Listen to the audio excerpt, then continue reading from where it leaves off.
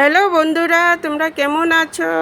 আজকে আমি কাঁচা কলা দিয়ে তুকমা বানিয়েছি, এটি তোমাদের দেখাচ্ছি। আমি আলু সেদ্ধ, কাঁচা কলা সিদ্ধ করে তার মধ্যে পেঁয়াজ কুচি, রসুন কুচি, লঙ্কা কুচি, হলুদ গুঁড়ো, লঙ্কার গুঁড়ো, লবণ দিয়ে মেখে নিয়েছি। সাথে আমি একটা ডিম ভেঙে এটার সাথে মেখে নেব। তার সাথে সাথে আমি একটা চাটনি বানাচ্ছি। কাঁচা কলার বাকলগুলো দিয়ে দিয়েছি, তার মধ্যে কাঁচা লঙ্কা, রসুন টসুন দিয়ে আমি এটাকে পেস্ট করে নেব। তারপর আমি কাঁচা কলা আলুর মিশ্রণটাকে ভালো করে মেখে নিলাম। আমি কাঁচা কলার চাটনিটা যে করেছি তার মধ্যে অল্প দুধ দিয়েছি।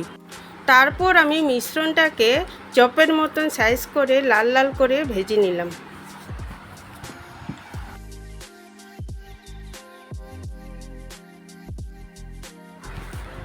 তারপর আমি কাঁচা কলার বাকলটাকে যে আমি মিক্সার গ্রাইন্ডার পেস্ট করেছি তার মধ্যে দুটো শুকনো মাছ দিয়ে আমি চাটনিটা বানিয়ে নেব।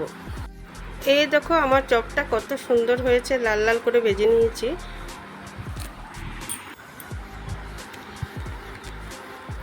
এখন আমি তুকমাটা যে বানাবো তার জন্য মশলাগুলো যে রেডি করেছি সেটা আমি একটা একটা করে দিচ্ছি।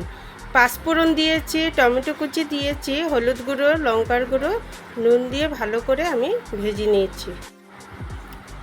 মশলাটাকে ভেজে আমি তার মধ্যে একটু দুধ দিয়েছি, আলু দিয়েছি, কাজু কিশমিশ দিয়েছি, দিয়ে ভালো করে নাড়াচাড়া করেছি।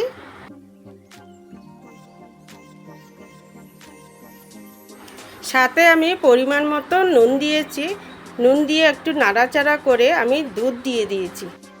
আমি কাঁচা কলার বাকলগুলো পেস্ট করেছিলাম যে এগুলো দিয়ে শুকনো মাছ দিয়ে আমি বানিয়ে নিলাম চাটনিটা। আমি মশলাটার মধ্যে অল্প দুধ দিয়ে দিলাম, তার সাথে সাথে অল্প জল দিয়ে আমি গরম মশলার গুঁড়ো দিয়ে ঢেকে রেখে দিলাম। তরকারিটা আমার হয়ে গেছে, এখন চপগুলোকে আমি একটা একটা করে দিয়ে দেব। চপগুলো দেওয়ার পরে আমি আরেকটু গরম মশলা দিয়ে দিলাম। তুকমাটা আমার রেডি হয়ে গেছে, এ দেখো আমি বাটিতে উঠিয়ে নিচ্ছি। এই দেখো কালার কত সুন্দর হয়েছে, আর খেতেও ভীষণ টেস্টি হয়েছিল।